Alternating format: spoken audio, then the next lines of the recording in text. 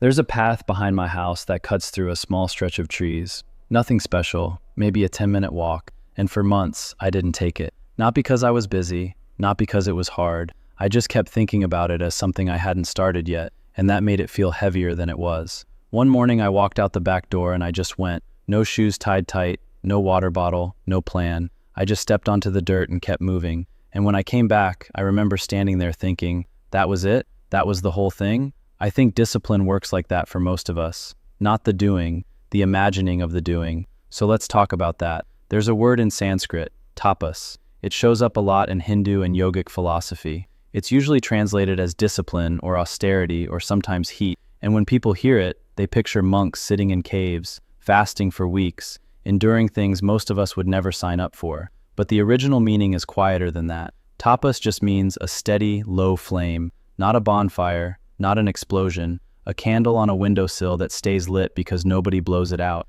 That's what discipline actually is. It's not the big burning effort, it's the small flame you stop extinguishing. And the reason discipline feels so hard, the reason most of us build it up into this enormous wall we have to climb, is that we've confused two very different things. We've confused the weight of the task with the weight of our resistance to the task. And almost always, the resistance is heavier. Think about washing dishes. You ever notice how the worst part of washing dishes is the 3 hours you spend not washing them? You walk past the sink, you see the pile, you feel that little tug of guilt. You tell yourself you'll do it after this episode, after this snack, after you check your phone one more time. And the whole time, this low, gray weight just sits on you. Then you walk over, you turn on the water, and 4 minutes later, it's done. The dishes were never the problem. The standing at a distance, looking at the dishes, was the problem. Discipline lives in the gap between thinking about the thing and doing the thing. And what nobody tells you is that the gap is almost entirely imaginary. It feels like a canyon. It's a crack in the sidewalk,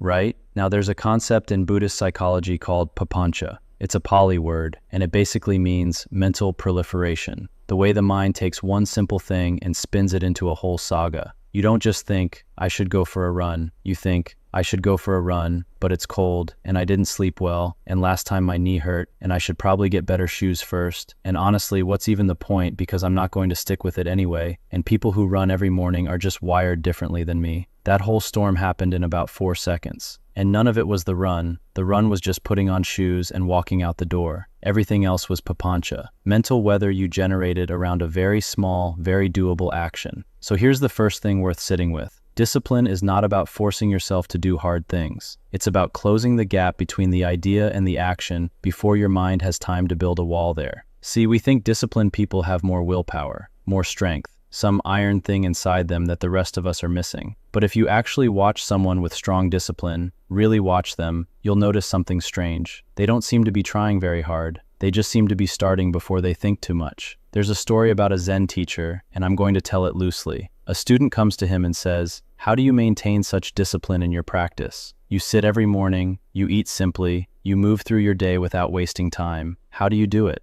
And the teacher says, "When I sit, I sit. When I eat, I eat. When I walk, I walk." The student says, "But everyone does that." And the teacher says, "No. Most people, when they sit, they think about standing. When they eat, they think about what they'll do after. When they walk, they're already somewhere else. That's what makes it hard. Not the doing, the splitting. That lands, doesn't it? The splitting. That's the thing that exhausts us. Not the 5-minute stretch in the morning, but the 20-minute negotiation we have with ourselves about whether we feel like stretching. Not the 10 minutes of studying, but the hour of scrolling we do while a little voice keeps whispering, "You should really be studying." The Stoics understood this too. Marcus Aurelius, the Roman emperor, who kept a private journal of reminders to himself, wrote something that in plain words sounds like this: stop arguing with yourself about what a good person should do and just be one. He wasn't talking about grand moral acts. He was talking about the small, daily ones. Getting up when you wake up instead of lying there debating it. Doing the thing that's in front of you instead of ranking it against all the other things you could be doing. He was frustrated with his own tendency to deliberate when the answer was already obvious. And that's the part that surprises people. Discipline doesn't ask you to be extraordinary. It asks you to stop negotiating with the ordinary. Let me put it another way. Think about brushing your teeth. You don't wake up and have a debate about whether to brush your teeth. You don't need motivation. You don't watch a video about the importance of dental hygiene to get yourself to the sink. You just do it. It's so small, so automatic, so deeply uninteresting that your mind doesn't even bother resisting it. Now, here's the question. Why can't more of your life feel like that? And the answer is, it can. Not all at once, but piece by piece, if you shrink the action down to something so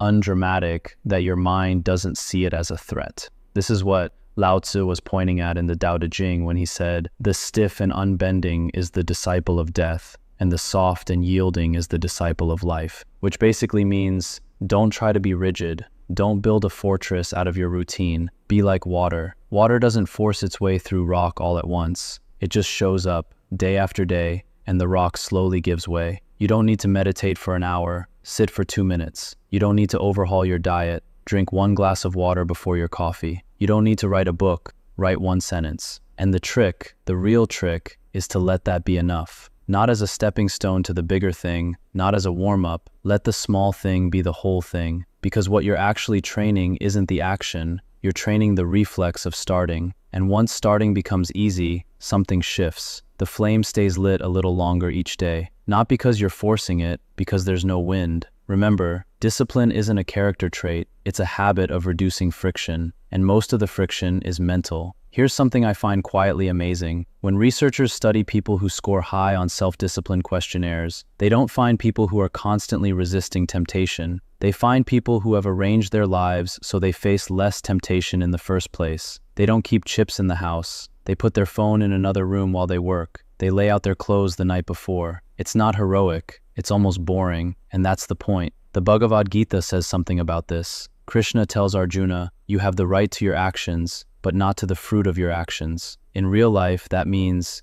do the thing because it's in front of you, not because you're attached to some big future outcome. The moment you start doing push-ups because you want to look a certain way in 3 months, you just loaded a 4-second action with 3 months of expectation. Of course it feels heavy. You put the weight there yourself. But if you do the push-up because it's the next thing, and that's all, the push-up is just a push-up. Light, simple, done. So here's what I want you to notice over the next couple of days. Not whether you're disciplined or not. Just watch the gap. Watch what happens between the moment you think of doing something and the moment you actually do it, or don't. Watch what fills that gap. Is it excuses? Is it negotiation? Is it some story about who you are or aren't? You don't have to fight any of that. Just notice how much of it is real and how much of it is papancha, that mental proliferation, that little weather system your mind conjures around a very calm, very simple action. Because here's what I've come to believe. The mountain was never as tall as it looked. You were just staring at it from far away, adding height with every hour you stood there.